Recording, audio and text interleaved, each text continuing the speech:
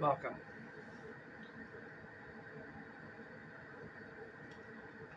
We're going to get started on your reading. I've been kind of like blocked for a little bit from like being able to do this because my life, you know. So basically I'm just going to start back at the start again. I don't know where we left off, like what reading, what sign, I have no idea. And to be honest, I don't even care to look.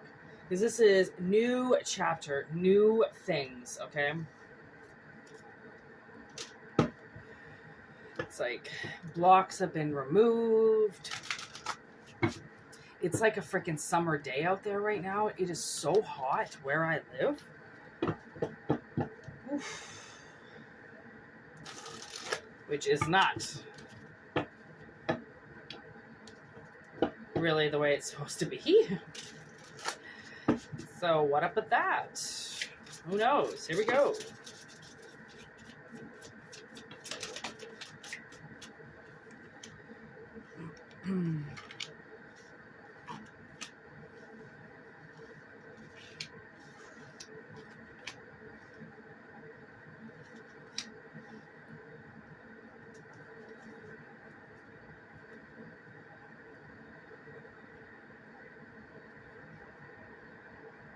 If anybody ever gets these cards, it's like Oracle of the Night of the Dark or something. The card stock is so shitty. Just beware, okay? Like, look, they don't even sit on my table, like, flat. They are just morphed in every which direction.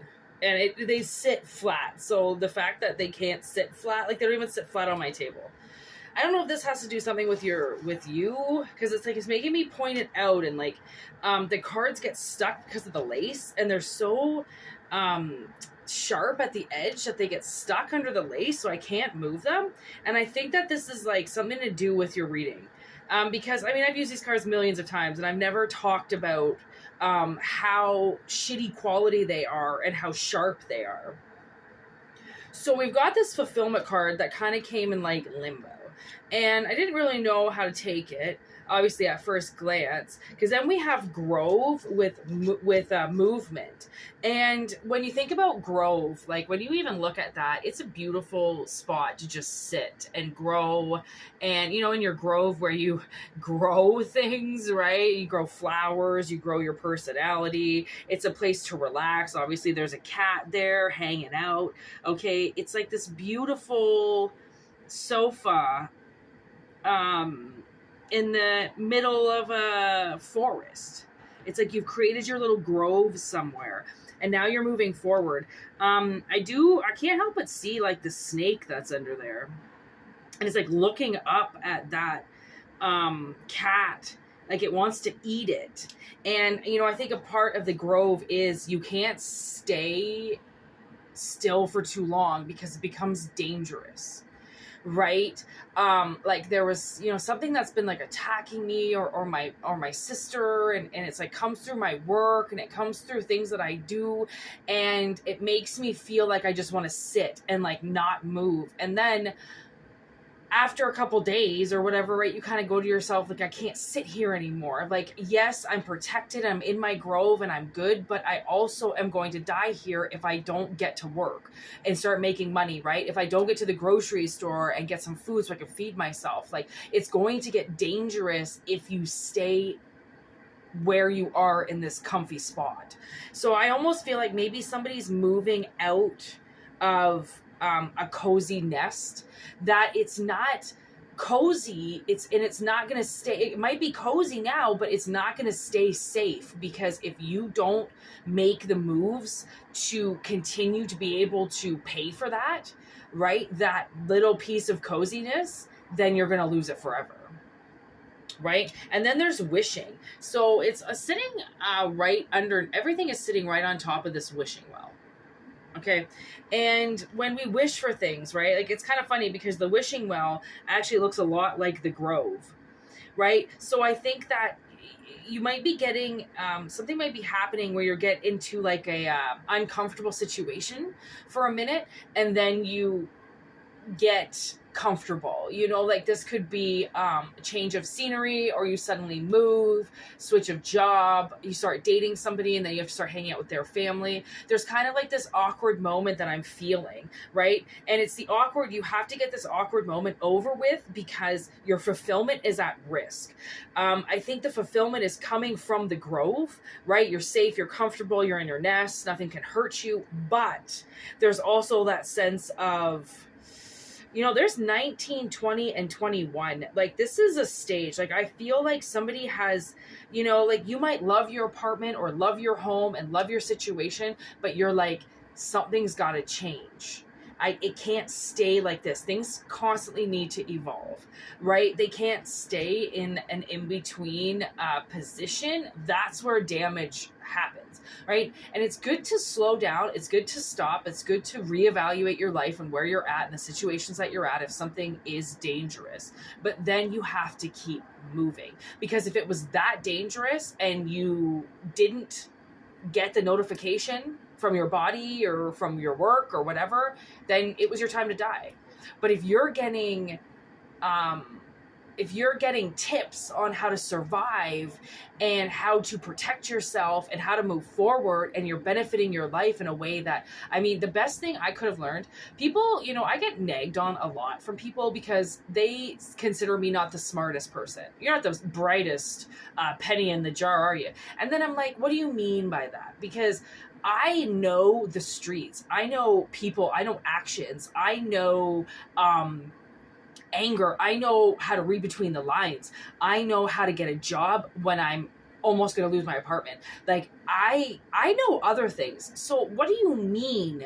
Because I don't know that this sign means this in Portuguese, or because I don't know how to read fucking sign language, or even, I mean, even how to work an elevator sometimes, you know, like unless you're shown by somebody, sometimes people aren't the kind of people that can just figure everything out, you know, like in order to know things, you have to be taught those things, correct? And a lot of people just end up teaching themselves about a lot of things. But if you've never learned about something, how are you dumb if you don't know?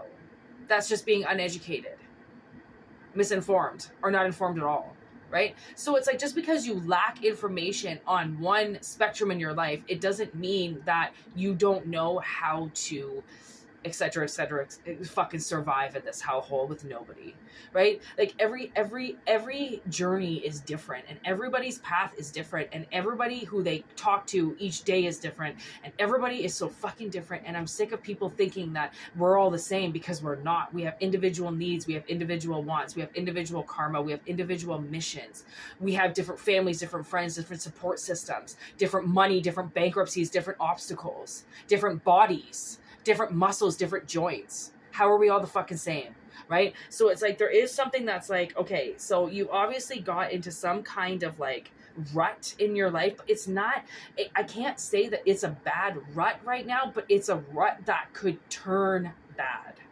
that could go a different direction all of a sudden, right? Because when we let depression take a hold, that's when we don't go outside and we don't experience life anymore, and we don't want to be out there with other people. We just want to be sheltered, and we just want to be comfy and cozy and away from everybody. But that is dangerous in its own category.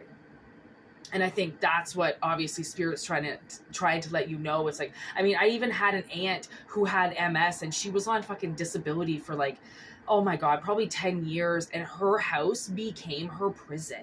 And that's where she had to raise her kids and have her life and her family. And she hated it. It was a nightmare. I was even off work for years. And now the world just keeps trying to take me out of my job and out of my element where I'm not making money and on my fucking way to success. You know, something's trying to stop me. And I don't know if that's unfinished business, or if that's, I'm kind of in the same category where I'm in a grove and I don't really want to go anywhere. So I'm comfortable where I am, but I'm also feeling that comfort is getting too expensive. There's going to be a point where I can't afford my comfort anymore if I don't keep going, right? So I feel like there is like a movement on this, okay?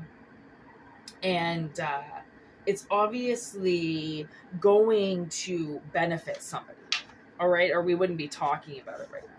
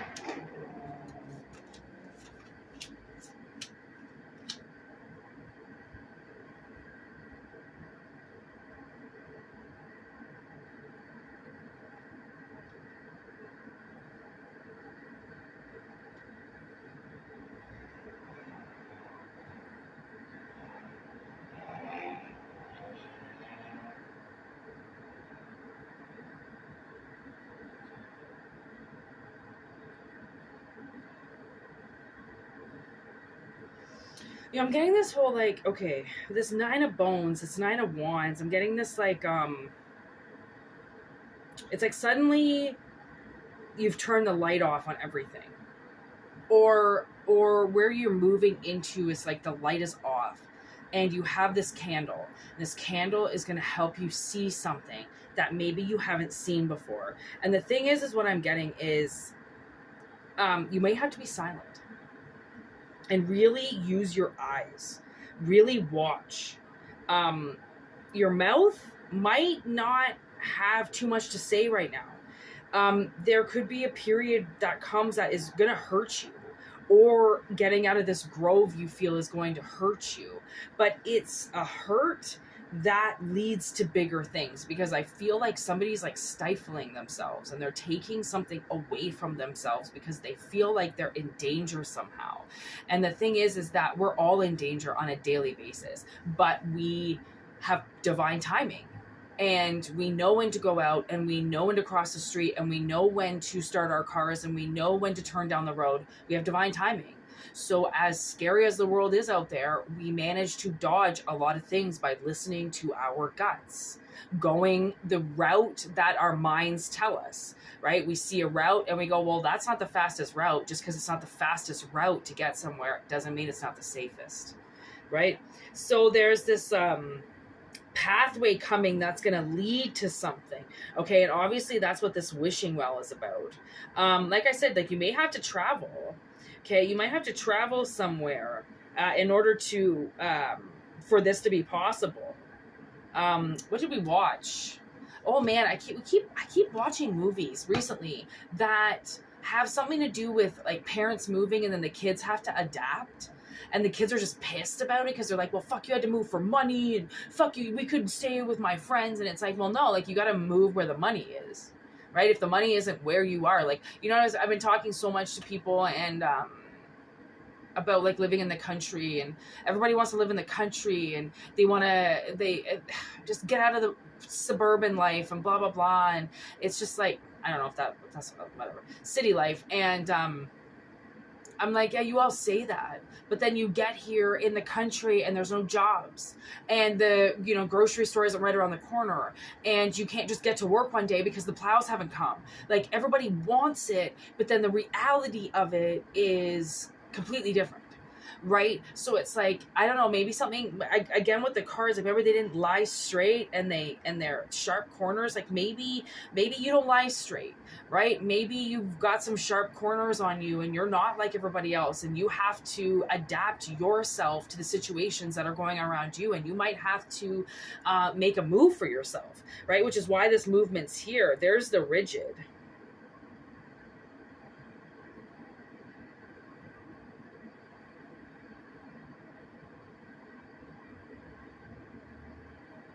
The teacher kind of like learning, you know, like seeing something.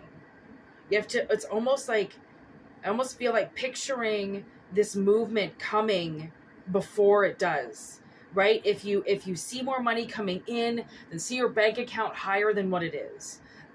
If there's somewhere you have to go, I do feel like you will get guided there, right? You will get guided there. especially with this Chariot, right? And then we got this Six of Cups with the Six of Bones in reverse. Grabbing a hold of something here, just like the Eight of Cups, kind of. There's the Magician. Again, seeing something. It's like, I almost feel like whatever this next move is, it's almost saying that it doesn't even require any magic. It doesn't require you to do any voodoo or prayers. It's like this, something is just naturally lined up for you, which is why they're like, you know, you might hit an uncomfortable patch of your life where you don't get to sit around at home all day. Well, guess what? That's you getting out of depression.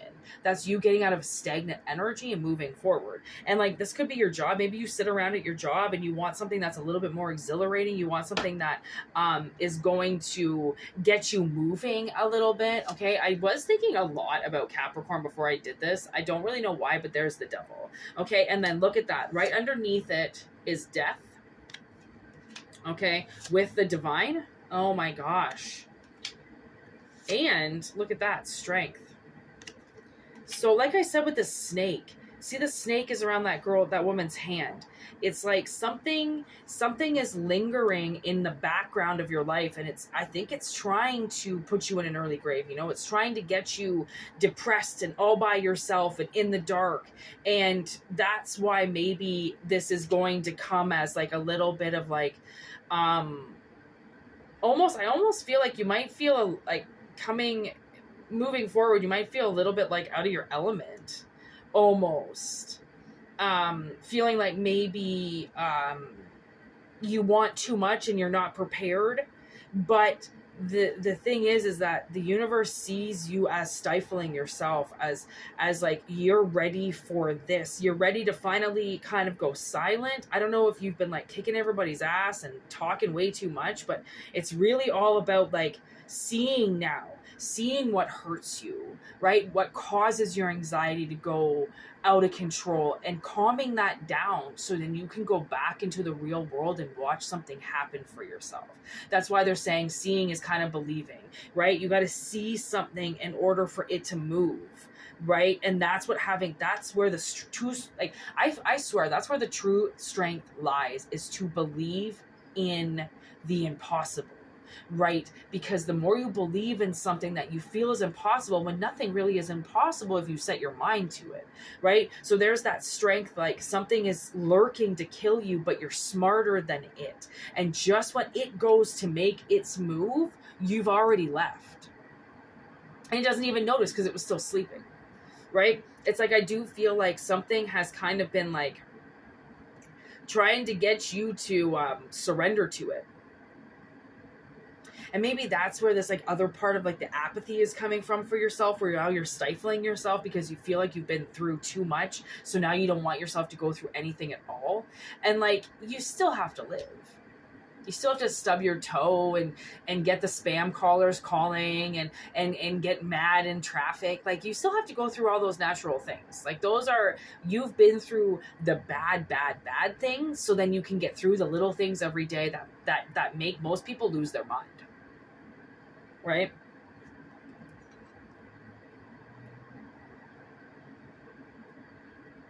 Crystal vision. Seeing above something. Crystal vision. Like, you're wiser than even what you can see. Right? Because sometimes you look at something and it'll scare you because it seems too hard. Seems too much. Right? How am I supposed to do that? But then you just take one step at a time. That's about seeing something more clearer, taking one step at a time. Don't be scared, right? You don't got to jump in right away. Take your steps, right?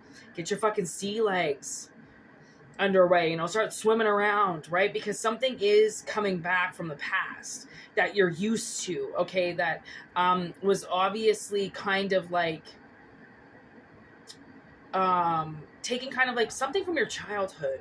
There could have been something that you really wanted to do as a child, and now you get to do it moving forward, or something's going to kind of come back to you. It's everything you say, you think, you feel. It's something is coming back that you're very familiar with. Okay. And the world is kind of saying like, open up your eyes, because and almost like use your vision and see beyond what you're seeing, because I think um something is trying to get you to look at the surface of everything, and we can't look at the surface of everything. And, you know, I was watching this YouTube video about this guy who's explaining, you know, this person, he's doing this interview, and this person just walks right in between them, and this interviewer is like, what the fuck, like, we're recording, like, they can't see us, like, or are they that deaf, dumb, and blind? And this guy was like, well, think about it, like, how many things are going through your head every day, you know, like, what's going on with you? Like, we just have to imagine that, like, whatever's going on with you is going on with everybody else, right? We can't be so ignorant to somebody not seeing us when they pass by, when how many people pass by you don't see them, right? What, have you ever not cut somebody off because you didn't see them because you were distracted? Well, think about that person. Other people distracted too. Other people got 900 things on their list of things to do that day, right? Other people's cars are breaking down. They've got more things to think about than just either seeing you, recognizing you, trying to stay clear of you, keeping your health, you know, and your safety, you know, at their first priority. Like, no, absolutely not. You know, people are just trying to get to where they got to go and get to what they got to get through and pay their bills like everybody else. Whether they choose to be nasty about it to other people is their prerogative, right? Like, the universe is trying to tell you that other people are in their lives doing as much as they're doing too. If you feel like you're being attacked, or that something's happening, or that you're going to get into this position where you're never going to want to leave your house, or you're never going to want to get up and do something with yourself, like, dude, honestly, even if you have an impairment, like, and you can be on disability, like, go out and still get a part-time job, move around. What I found with my disability is the more I sit around, the more my body hurts. But the more I move and I keep my body moving and I keep my blood pumping and I keep maybe a couple Advils in me, or some ibuprofen, or some, you know, acetaminophen in me, right? So I don't feel the pain until I stop. Right. And that's on good days. Sometimes I have really bad days, but like, even on the really bad days, I feel like if I were to just sat at home, it probably would have been worse.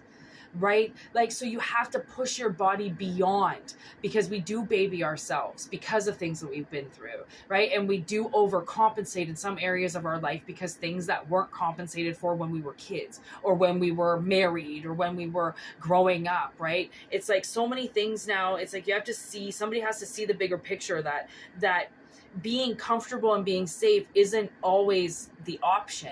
For all of us, we have to be uncomfortable, we have to be in unsafe situations, and we have to keep moving, because if we don't, we're like fish, we'll die, right? Fish have to keep moving. They have to keep pumping that water through their gills, and they get that oxygen. They can't just stop and sleep, right? And that's why when I stop and I sleep, I'm working in my dreams. Like, I was working somewhere the other night. I'm constantly working at this mall. I'm going up, walking up and down it, fucking going into different stores, talking to people, watching people. A lot of times I see people at the mall that, like, I know from, like, my childhood or from growing up, and I'm like, what the fuck, what are they doing here? And I see them, like, shoplift something, or they're shopping and they're charging everything to their credit card, and they don't even have money for rent. Like, that's what's going on in my dreams. I don't really know what's happening in your dreams, but in my dreams, I'm working. Like, recently, now in the last couple of years, I'm working at the place that I work during the day, right? Like my normal employment job, I'm working also in my dreams, which is like a double mission there. I don't know what the fuck that means. Working at the mall where I grew up, my hometown. Actually, I go to a lot of different towns, to be honest. There's this one town I go to that's kind of attached to my hometown, and I just walk up and down this main street. I go to this one plaza that teleports me to the mall where I work every night. It's so weird, okay, what goes on in my dreams, but I am always working. I'm always moving, which means, yes, okay, my 3D body has stopped so I can sleep, because mentally you need sleep, physically you need sleep, but mentally I'm still working. Sometimes I'm blackout for what I'm doing, but most times I can wake up and remember exactly what I did. So you never stop. And anybody that tells you to stop is most likely lying to you. Because we never stop. This is what it's all about. Mission, mission, mission. Work, work, work, work, work. You take time off when you physically fucking have to, right? When you have to sleep, when you have to relax, of course. Take fucking as much time off as you need. If you're working in your dreams and in real life and raising a family, then yeah, you need to take some time off. But the whole part of being in this world is to work. And majority of us work 20 hours a day. It doesn't matter if for 20 of those hours, 5 of them you're in your bed. Why does that matter? You're still working. So I'm watching these 2 squirrels finally play with each other. And these squirrels, let me tell you, they got attacked the other night by something sinister in my attic, because these squirrels live in my attic. And they got attacked, and I haven't seen them now. Like, one comes home all the time. He sleeps above my bed. But I haven't seen the other ones, and now they're finally out and playing, and I haven't seen them for days since they got attacked by fucking some type of, like, I don't know, rabies infected animal that got into my roof the other night and slaughtered all the squirrels. It was really bad. But there's some of them out. So 2, I think 3 are still alive out of like maybe 5 or 6. Really sad. Really sad. So anyways, it's good to be back. I don't know how many readings I'm going to do, so don't get too excited, but I definitely wanted to pull up the whole energy of Aries for this, right? The Emperor status, right? Which I'm pretty sure came out just to get a good look at things. Obviously, I will tag Capricorn in this. Oh, look at, then there's the star. We really connected with something, and like I think you're really connecting with yourself too, and whatever this next move is that's coming, right? It's going to be good. There's movement forward, right? Because just because you feel like you're safe and in your little home and blah blah blah, it doesn't mean you actually are safe, right? Being alone and segregated and away from everybody might be the worst possible thing for you. Who knows? So take what resonates, leave what doesn't. Thanks for watching. Private readings are still on. They always have been. whitneymoonshine@gmail.com. If not, just enjoy that I'm back now. I feel good. I feel like this huge block was like kind of taken out from in front of me, and that's always a good sign. So yeah. Obviously monthly subscriptions are still there. I'm going to be doing a members only reading right after this, because I've neglected the members only readings for about 2 weeks, but everybody kind of got neglected for 2 weeks, so that's just the way the cookie crumbled on that. So monthly membership's $4.99. If anybody wants a refund, you can go right ahead and ask. It's okay. If not, just enjoy the channel, enjoy your freeness, enjoy this next chapter that's coming up, because obviously something is coming up and the universe wanted to notify you. So thanks for watching. Peace out. Word to you, mothers.